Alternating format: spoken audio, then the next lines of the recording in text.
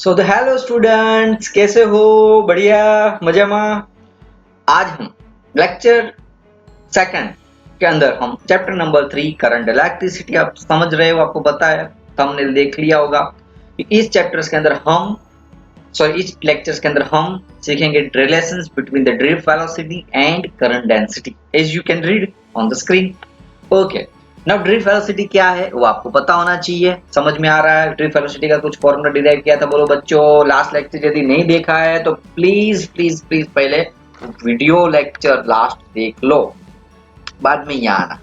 Okay, drift velocity का formula आपको कुछ इस हिसाब से मिला था, याद हो तो e upon m two tau. Okay, और दूसरा एक फॉर्मूला यहाँ है जे, करंट डेंसिटी यानी कि आई। देखो बच्चों, आज जिसका आपको रिलेशन फाइंड करना है उसके बारे में ही नहीं पता है तो क्या आप रिलेशन फाइंड कर लोगे? समझ में आ रहा है ना? ओके, तो पहले वो क्लियर कर देना, बाद में इस लेक्चर के ऊपर आते। यदि आपने क्लियर किया है तो आपका टाइम वेस्ट ना करते हुए डायरेक्टली हम टॉपिक के ऊपर आते हैं। बहुत इजी है और मोस्ट टाइम पे टॉपिक होगा। ओके, मोस्ट टाइम पे, सही में, सच में बहुत टाइम पे टॉपिक क्या है देखते हैं। चलो, ये समझ लो एक कंडक्टर है, उस कंडक्टर में से करंट का फ्लो हो रहा है। क्या हो रहा है? करंट का फ्लो। इसकी इलेक्ट्रिक फील्ड ई ले लेते, और जो इलेक्ट्रॉन मूव हो रहा है, ओके, ड्रिफ्ट वेलोसिटी उसकी हम वी, क्योंकि इस साइड मूव होगी, क्यू इलेक्ट्रिक फील्ड है, उसके एग्जैक्टली ऑपोजिट डायरेक्शन में करंट का फ्लो होता है, याद है ना आपको? अब समझ लो, मैं थोड़ा सा एक एरिया ले, यानी कि वॉल्यूम भी समझ लो, इतना भाग मैंने ले लिया, ये भाग। अब मुझे करना क्या है? मुझे करंट डेंसिटी फाइंड करना है, इसलिए इतना तो पता है मुझे, पहले तो करंट फाइंड करना पड़ेगा। तो करंट का फॉर्मूला क्या है? I is equals to q upon t. That means मुझे पहले क्या फाइंड करना पड़ेगा? चार्ज फाइंड करना पड़ेगा। और चार्ज यानी कि क्यू का फॉर्मूला क्या है? एन इंटू ई। यानी कि पहले मुझे क्या करना पड़ेगा? नंबर ऑफ इलेक्ट्रॉन फाइंड करना। अब कितने नंबर ऑफ इलेक्ट्रॉन है वो मुझे पता नहीं है। समझ में आ रहा है कॉन्सेप्ट को? कहां से कैसे लिंक करके हम डिराइव कर सकते हैं। वैसे थियरी है, 90% स्टूडेंट्स याद रख लेते हैं स्टेप को, लेकिन मैं आपको बोल रहा हूँ जो चीज डेरिवेशन टाइप के वो कभी भी याद मत रखो। क्या फाइंड करना है उसके रिगार्डिंग फॉर्मूला से आप अपने हिसाब से बना सकते हैं। अब समझ लो, ये जो इलेक्ट्रॉन जा रहा है उसकी स्पीड वीडी है। उसकी स्पीड कितनी है? वीडी। अब वो इलेक्ट्रॉन, यहां से जितने भी इलेक्ट्रॉन थे, समझ लो यहां से जितने भी इलेक्ट्रॉन वो यहां पहुंचे, ओके, सारे इलेक्ट्रॉन, सॉरी,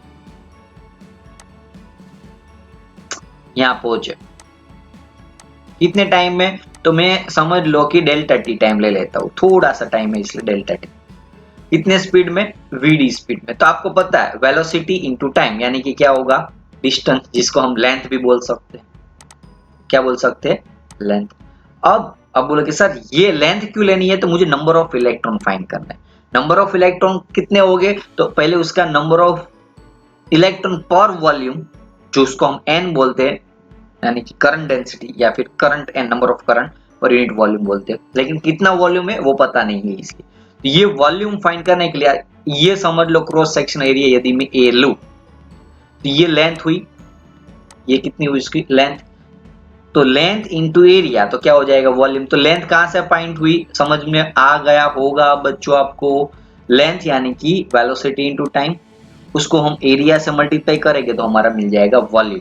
तो बच्चों वॉल्यूम कितना होगा? पहले तो हम लेंथ के बारे में लिखेंगे। Length travel by the electron in delta t time is equal to VD into delta t. Step by step हम जाएंगे। फर्स्ट स्टेप हमारा ये रहेगा। सेकंड स्टेप रहेगा वॉल्यूम फाइंड करना। तो वॉल्यूम का फॉर्मूला होगा लेंथ इंटू एरिया। लेंथ मिली हमें VD into delta T into multiply कर देंगे एरिया ए से। एरिया ए से हम मल्टीप्लाई कर देंगे तो आपको ये वॉल्यूम मिला। कितना? ये वॉल्यूम मिला, ये भाग का। अब मुझे करंट फाइंड करना। इतना वॉल्यूम समझ में आ गया। यदि यदि n number of electron per unit volume n हो, यदि number of if n is equals to number of electron per unit volume हो, यदि पर यूनिट वॉल्यूम हो तो तो टोटल चार्ज कितना बनेगा? तो total charge is equals to total number of electron, total number of electron into total number of electron into electron का चार्ज। अब बोलोगे sir total number of electron कितना होगा, तो यदि n is equal to number of volume, number of electron per volume है, तो total number of electron कितना होगा, तो n इंटू वॉल्यूम होगा। आई होप समझ में आया होगा बच्चों, n into volume, total number of electron. अब वॉल्यूम कितना है, तो Vd डेल्टा टी इंटू ए, ये आपका क्या मिला, टोटल नंबर ऑफ इलेक्ट्रॉन मिले। अब एक इलेक्ट्रॉन का चार्ज कितना है समझ लो बच्चों, E है। नंबर ऑफ इलेक्ट्रॉन कितने मिले, n into Vd into delta T into A. अब आप ये पहले क्लियर होना चाहिए, टोटल चार्ज आपने निकाल दिया। फिर से वापिस में 1 बाय 1 स्टेप समझा रहा हूं बच्चों। चार्ज फाइंड करना है तो पहले हम करेंगे लेंथ यानी कि speed into time, delta T लिखेंगे वैसे। बाद में ए वॉल्यूम निकालेंगे, वॉल्यूम होगा लेंथ इंटू एरिया, तो Vd इंटू टी लेंथ है इंटू एरिया। अब total number of electron find करेंगे तो n इंटू वॉल्यूम आएगा, n तो क्या है, number of electron per volume यानी कि single unit volume, into total volume है Vd इंटू टी इंटू ए। ये मिला आपको टोटल नंबर ऑफ इलेक्ट्रॉन। अब चार्ज फाइंड करना है तो चार्ज इज इक्वल टू क्या होगा, n into E. Total number of electron क्या है, ये n Vd T A into E. I hope आप समझ में आ गए होगा, ओके पक्का श्योर। अब हम जाते हैं करंट का फॉर्मूला। करंट का फॉर्मूला क्या है,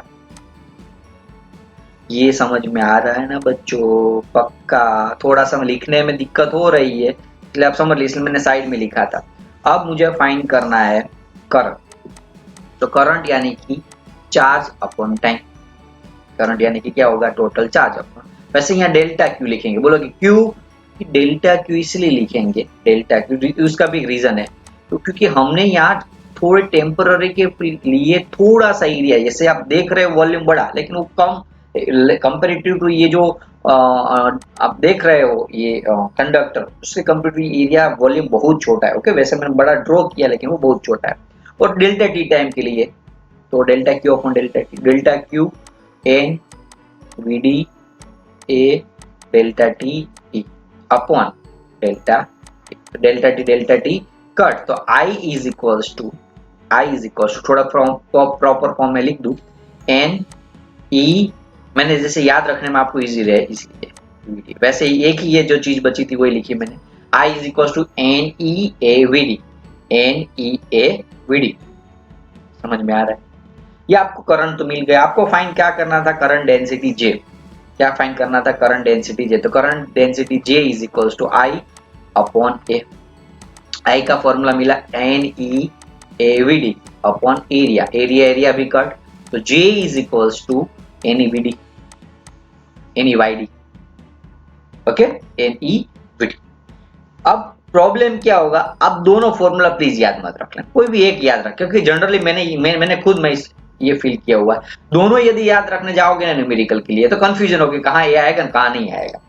समझ में आ रहा है, या फिर ऐसे याद रखो, यदि आप करंट का फॉर्मूला डिवाइड बाय ए कर देना है, ओके आप अपने हिसाब से याद रख सकते हो, डिपेंड्स ऑन यू।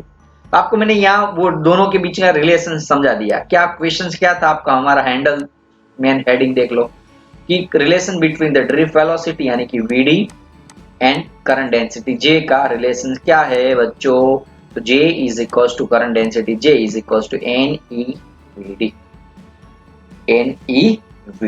यहाँ N क्या है, तो number of electron per unit volume, okay unit volume यानी कि 1, ओके श्योर पक्का। अब यहाँ काफी सारे टीचर्स है ना वो थोड़ा आगे जाते हैं, वैसे यहाँ जाने की जरूरत ही है क्योंकि काफी सारे फॉर्मूला नए मिलेंगे, इसके हिसाब से बहुत इंपॉर्टेंट है ये स्टेप हमारा।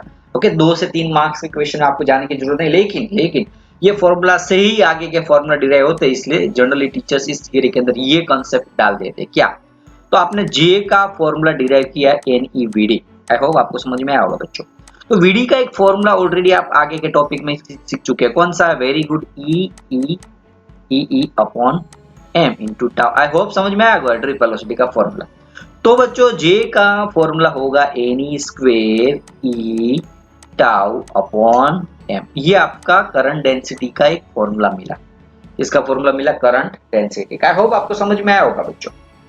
अब करंट डेंसिटी यानी कि होगा, करंट डेंसिटी यानी कि क्या होता है, आई बाई ए होता है।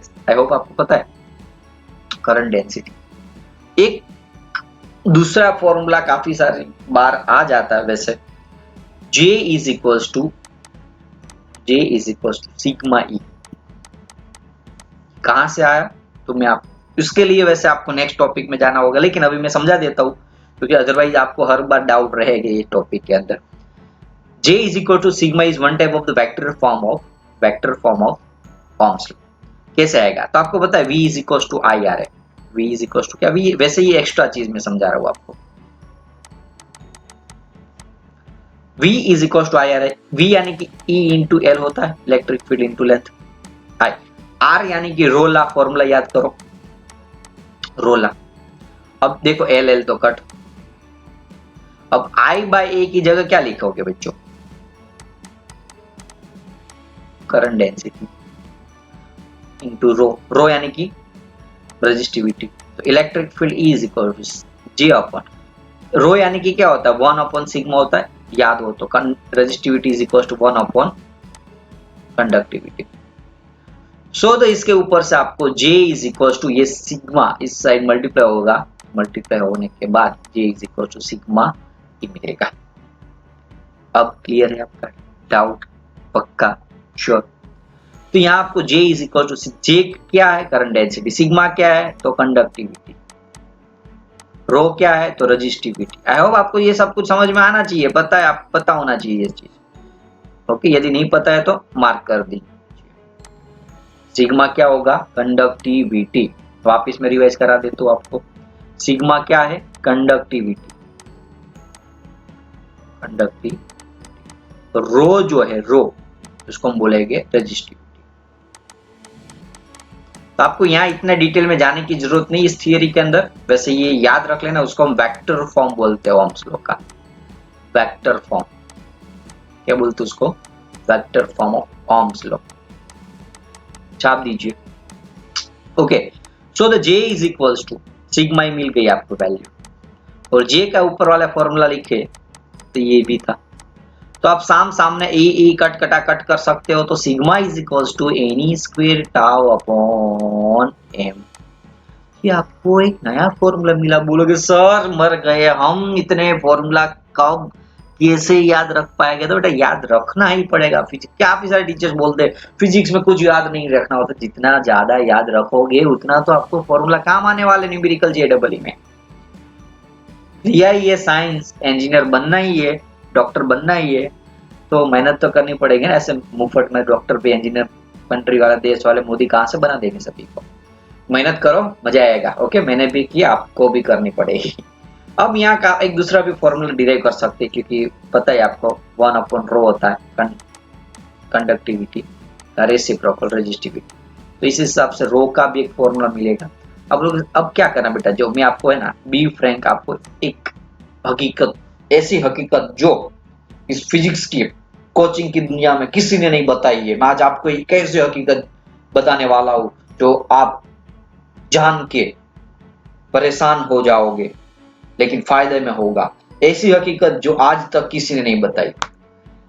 ऐसे ही होता है ना न्यूज चैनल में ऐसे ही भी ब्रेकिंग न्यूज बनाते हैं, कुएं ने बिल्ली को काटा, ब्रेकिंग न्यूज, आज का ब्रेकिंग न्यूज। लेकिन ये ब्रेकिंग न्यूज नहीं है, सिंपल सा एक टिप्स है मैं आपको जो बताने जा रहा हूं बच्चों।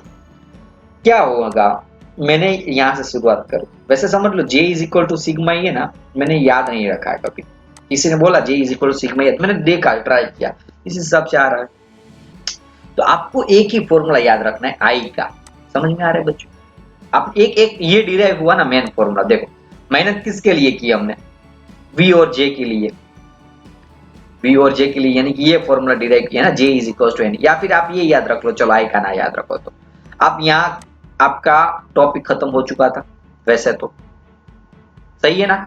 बाकी जो गया वो एक्स्ट्रा गया ना, तो आपको ये याद रहना। अब आपको सप्लीमेंट्री में देखो VD का फॉर्मूला आपको याद है, J का मिल गया, J is equal to sigma e, वैसे याद रख लो तो अच्छा। अदरवाइज से आपको क्या करना पड़ेगा, V is equal to I R, याद है ना, V इज इक्वल्स टू, आइए याद है तो बस बस वही है, J is equal to sigma e. ये उसका स्केलर फॉर्म हुआ, ये वेक्टर फॉर्म इसलिए क्योंकि J वेक्टर फॉर्म है, सिग्मा और E भी वेक्टर फॉर्म। आई होप आपको समझ में आया होगा, बहुत इंपॉर्टेंट है, आईएमपी टॉपिक है। J is equal to sigma e vector form in Ohm's law. Okay, next topic में आने वाले के लिए तब मैं आपको समझाऊंगा, नहीं अब ओम्स लॉ में खाली स्केलर फॉर्म समझाऊंगा, वेक्टर फॉर्म मैंने अभी यहाँ साइड में समझा दिया है इसीलिए। तो अब समझ में आ गया कि नहीं क्या करना है। तो देखो कोई भी फॉर्मूला है ना सारे एक दूसरे के ऊपर डिपेंडेंट है। आई के ऊपर जे वाला फॉर्मूला है, अब जे में वीडी का फॉर्मूला डाल दो तो ई अपॉन एम हो जाए। तो आई होप 10 से 12 सेकंड लगते ये सारे फॉर्मूला डेरिवेशन, कितने 10 से 12 कर दूं फटाफट। चलो स्टार्ट, सॉरी एक मिनट बाद में करना स्टार्ट, देख लेता हूँ formula sorry, I is equal to n A B. Okay, अब लोग सर आप भी चीटिंग करते हो, ओके मुझे तो नहीं मिलने वाला है ना। चलो क्योंकि ये फॉर्मूला है, कितने भी अब फॉर्मूला एक याद रख लेना आप, वो J is equal to sigma, क्योंकि वो डेरिवेशन करने बैठेगा तो वापस 10 सेकंड में पॉसिबल नहीं होगा, 10 सेकंड में वो पॉसिबल नहीं है। चलो 1 2 स्टार्ट। चलो I is equal to J, अब sorry I is equal to क्या होगा, J into A, N E A V D, A cut, तो J का फॉर्मूला मिला N E V D, V D का फॉर्मूला डाल दो E upon M upon tau. बोलोगे सर वीडी का फॉर्मूला तो याद रखना पड़ेगा, तो जे का फॉर्मूला मिला N square N tau upon M, J का एक दूसरा formula sigma into E cut हो चुका है तो सिग्मा का फॉर्मूला मिला N square tau upon M, उसका रेसिप्रोकल करो तो डेंसिटी रेजिस्टिविटी का फॉर्मूला मिलेगा M upon N square tau. बोलो 10 सेकंड भी आई थिंक नहीं हुए।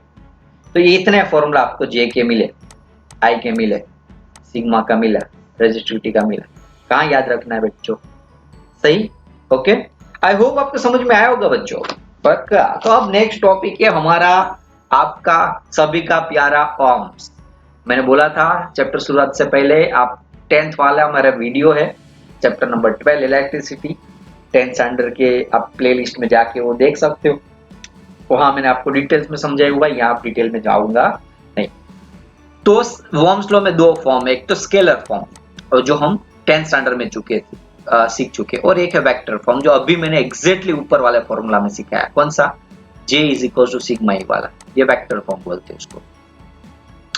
तो स्केलर फॉर्म फटाफट रिवाइज कर दूं, चलो वैसे आपको पता है potential different is directly proportional to the current, यानी कि current pass in the circuit, Ohm's law क्या है, करंट पास्ड इन सर्किट या फिर conductor is directly proportional to the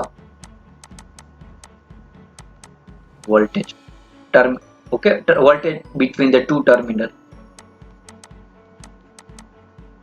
10th standard में यदि आपने ये चैप्टर नहीं किया है तो आप साइंस लेने के लायक भी नहीं हो, इतना मैं बी फ्रैंक, भले आपको गुस्सा आ जाए, ओके, आप डिसलाइक यदि आप मार दोगे तो भी मुझे कोई दिक्कत नहीं है, लेकिन मैं सच में बेटा अंदर से मेरे आवाज निकली, यदि आप 10th स्टैंडर्ड अच्छे से नहीं पढ़े ना तो आप लायक भी नहीं हो। अब ले ही लिया है तो प्लीज आप उसको प्रॉपर तरीके से पढ़ लेना, ओके। इसलिए मैंने वो 10th स्टैंडर्ड के वीडियो के बारे में भी आपको लिंक नीचे रख देता हूँ, या फिर आप अपने हिसाब से ढूंढ लेना, यदि किसी को भी सीखना है ढूंढना है तो पाताल से भी वो ढूंढ निकालेगा।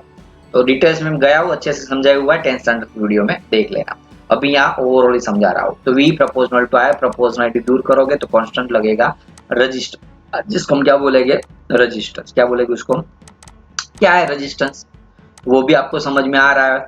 इलेक्ट्रॉन पास हो रहे होते हैं, कंडक्टेंस यानी कि न्यूक्लियस के साथ टकराएगी, स्पीड कम हो जाएगी, वापस आएंगे, कम हो जाएगी, टकराएगी, ऐसे घूमते घूमते। तो ये जो अपोजिशन हुआ करंट का, फ्लो का, जिसने रोका, उसको हम बोलेंगे resistance. Resistance is one type of the property of conductor which oppose the current flow. Okay, conductor में भी रेजिस्टेंस होता है लेकिन कम होता है, इंसुलेटर में ज्यादा होता है। अब R is equal to formula बनेगा V upon I, R is equal to क्या बनेगा फॉर्मूला, V अपॉन आई। बोलो इसका यूनिट क्या है, तो एक यूनिट तो आपको पता ही है वोल्ट पर एम्पियर, दूसरा यूनिट तो ओम है, थोड़ा सा कॉम्प्लिकेटेड है, याद रखना ओम्स। ओके, समझ में आया। अब R किसके किसके ऊपर डिपेंड है बोलो, तो R जो है ना वो चेंज होगा, कैसे चेंज होगा, तो जैसे आप लेंथ बढ़ाओगे, इंक्रीज करोगे तो R रेजिस्टेंस इंक्रीज होगा, यानी कि डायरेक्टली प्रोपोर्शनल है। R इनवर्सली प्रोपोर्शनल होगा किससे, एरिया, जितना ज्यादा एरिया उतना रेजिस्टेंस कम है। आई होप आपको समझ में आया होगा बच्चों। अब उसको यदि कंबाइन कर लूं तो R proportional to L upon A हो जाएगा। तो प्रोपोर्शनलिटी दूर करे तो कांस्टेंट लगेगा रो लगेगा। रो क्या है? तो रेजिस्टिविटी। क्या है? रो रेजिस्टिविटी।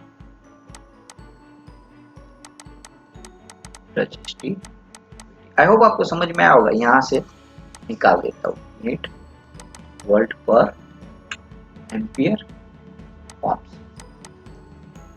क्या बोलेगी उसको? सो रेजिस्टिविटी का भी फॉर्मूला हम यदि मेन बनाए तो आर ए अपॉन एल होगा। क्या होगा? R A upon L. I hope आपको समझ में आया होगा बेटा। वेक्टर फॉर्म क्या था बोलो बच्चों? वेक्टर फॉर्म बराबर वापिस ये जो मैंने समझाया ना, आप चलो समझा देता हूं वापिस। चलो क्या था वेक्टर फॉर्म? तो आपको पहले वो v is equal to I R सेक्स कलर का यूज करेंगे वेक्टर में जाने के लिए। v is equal to E into L I rho L upon A. याद है ना r का फॉर्मूला भी डायरेक्ट है, एल हो जाएगा कट। e जो वेक्टर फॉर्म है, ये क्या है? वेक्टर फॉर्म है, इज इक्वल टू ई। बोलोगे i upon A, I upon A क्या हो जाएगा? करंट डेंसिटी जो भी वेक्टर फॉर्म है इंटू सॉरी रो आएगा, रो।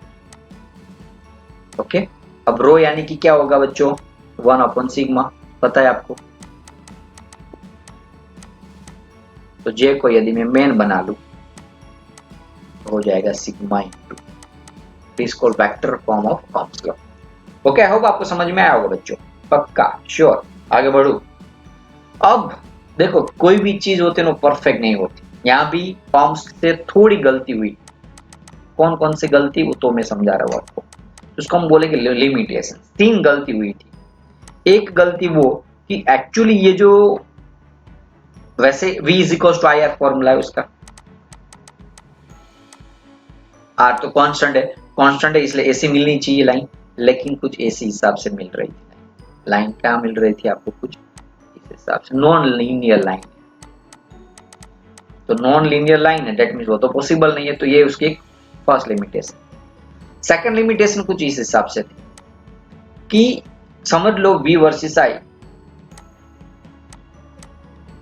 का ग्राफ मैंने बनाया तो कुछ इस हिसाब से मिला, ग्राफ मिला। अब मैंने समझ लो v की वैल्यू बढ़ाती गई तो करंट भी बढ़ता गया, तो इस हिसाब से मिला। भले स्ट्रेट ना मिला उससे कोई दिक्कत नहीं है, लेकिन इस हिसाब से मिला। अब प्रॉब्लम्स क्या होगा? v की वैल्यू में माइनस में जाऊंगा, माइनस में, तो करंट भी माइनस में तो आएगा, लेकिन कुछ इस हिसाब से आएगा। यानी कि उसका जो रिलेशन है वो कुछ जम नहीं रहा है। यहाँ कोई अलग, यहाँ कोई अलग बात है। दैट मीन्स यदि हम रिवर्सिंग कर दे डायरेक्शन को, करंट की डायरेक्शन को हम रिवर्सिंग कर दे तो वो रिलेशन जो पहले था उससे मैच नहीं होता है। समझ में आ रहा है ना? तो ये उसकी एक सेकंड गलती थी, सेकंड लिमिटेशन था उसका। अब थर्ड लिमिटेशन से है एक गलती दूसरी की कि उसने देखा कि जब I वर्सेस V का ग्राफ है, ये सब कुछ ग्राफ से ही पता चलता है। तो ग्राफ से उसने देखा तो ग्राफ समझ लो इन केस ऐसा कुछ मिला था। ओके, डिटेल में गए तो यहाँ I समझ लो एग्जैक्टली यहाँ से हम 0, 5, 10 मल्टीप्लाई, तो यहाँ 15 एम्पियर में रखा हो। यहाँ वोल्टेज अलग अलग, वोल्टेज अलग अलग पॉइंट पे हम यदि ले तो आप समझ लो यहाँ क्या आएगा। यहाँ समझ लो 2 वोल्टेज था, यहाँ कुछ 8 वोल्टेज लिया, यहाँ 40 लिया। तो एक ही करंट I के लिए V की क्या मिली वैल्यू? अलग अलग मिली।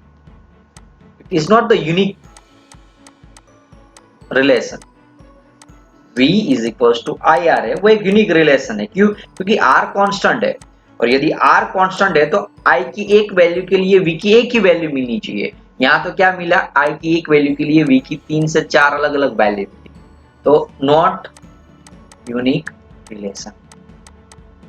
ये उसकी मेन गलती थी जिसकी वजह से ओम्स फेल हुआ था। ओम क्या हुआ था? फेल हुआ था। आई होप आपको समझ में आया होगा बच्चों। अब हम एक छोटा सा टॉपिक ले लेते हैं, बाद में लेक्चर को हम कंप्लीट करेंगे। थोड़ा एक्स्ट्रा इन्फॉर्मेशन है मेरे पास, वो अभी देख लेते हैं टाइम। ओके, मिलेगा तो आपको समझाता हूँ। अभी मोबिलिटी क्या है? मोबिलिटी बहुत ही वैसे बहुत ज्यादा डिटेल में नहीं जाएंगे, इजी टॉपिक है। मोबिलिटी का सिंबल क्यों इस हिसाब से आता है? इट इज मोबिलिटी क्या है पहले तो आपको ड्रिफ्ट वेलोसिटी के बारे में पता है? बोलोगे हाँ। आपको इलेक्ट्रिक फील्ड के बारे में पता है? तो बोलोगे हाँ। तो बस उसका रेशियो उसका क्या बोलेंगे? Mobility. Mobility it is the ratio of drift velocity and electric field. Drift velocity जिसको हम बोलेंगे वीडी और इलेक्ट्रिक फील्ड जिसको हम बोलेंगे is the ratio of drift velocity in electric field mu vd upon क्या बोलेंगे उसको? vd। अब एक चीज है यहाँ जो vd है ना वो मैग्नीट्यूड में होगी। ओके, यानी कि आंसर हमारा ऑलवेज पॉजिटिव आना चाहिए।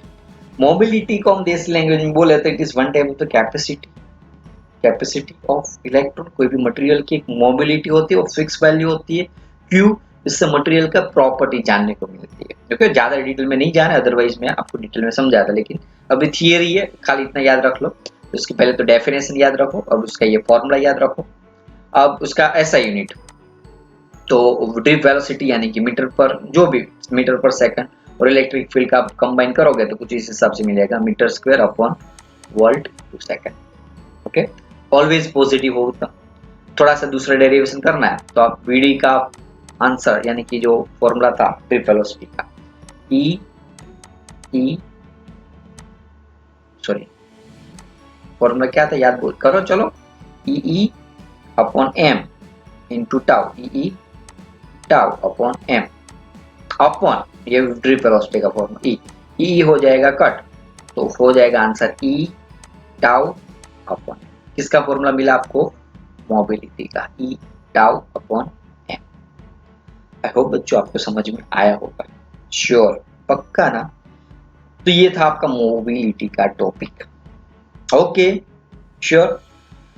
सो बच्चों बस आज के लिए इतना ही। नेक्स्ट लेक्चर्स के अंदर बहुत इंपॉर्टेंट टॉपिक और आपका फेवरेट टॉपिक फॉर जेडब्ल्यू नीट का क्या, कॉम्बिनेशन ऑफ रेजिस्टेंस। अलग अलग रेजिस्टेंस को हम कंबाइन करके कैसे कैसे final resistance equivalent resistance find कर सकते, उसके बारे में सीखेंगे। श्योर। सो लाइक कर दीजिए वीडियो को, सब्सक्राइब कर दीजिए और शेयर कर दीजिए। मैंने